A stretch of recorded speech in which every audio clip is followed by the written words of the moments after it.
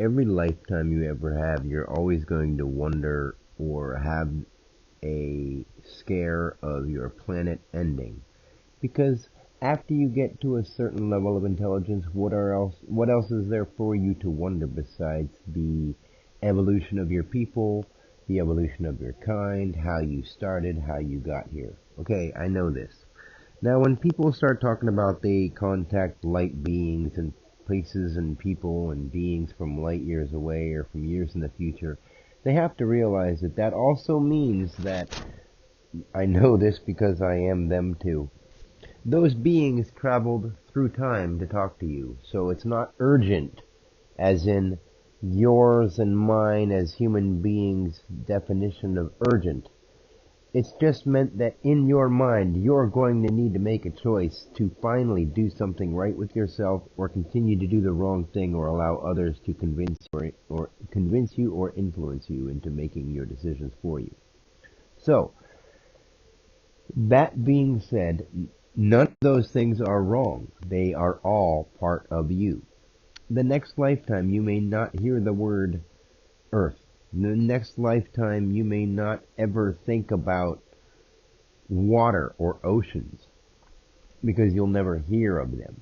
They'll never be mentioned to you, and they'll never be factors in your life. Instead, you will live in a different vibrational frequency, different vibrational pattern, a different being in a different body. Like, you can imagine that as if you were a bird or a fish right now. You're not going to worry about what the earth is called in English or any language for that matter. You're going to live the way you live.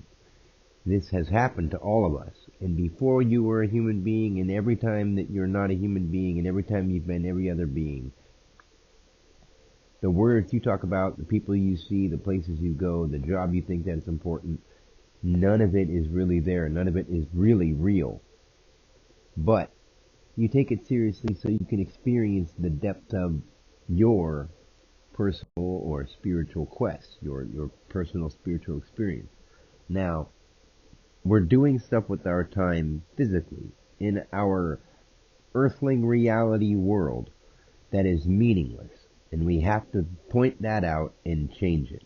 That's what our duty on earth is, to point out what we are obviously doing that we shouldn't be doing and change it to what we should obviously be doing. That should be known. That's not right or wrong. It's cooperating with the world we live in to the best of our knowledge and know-how. And our ancestors left us a lot of that kind of key knowledge.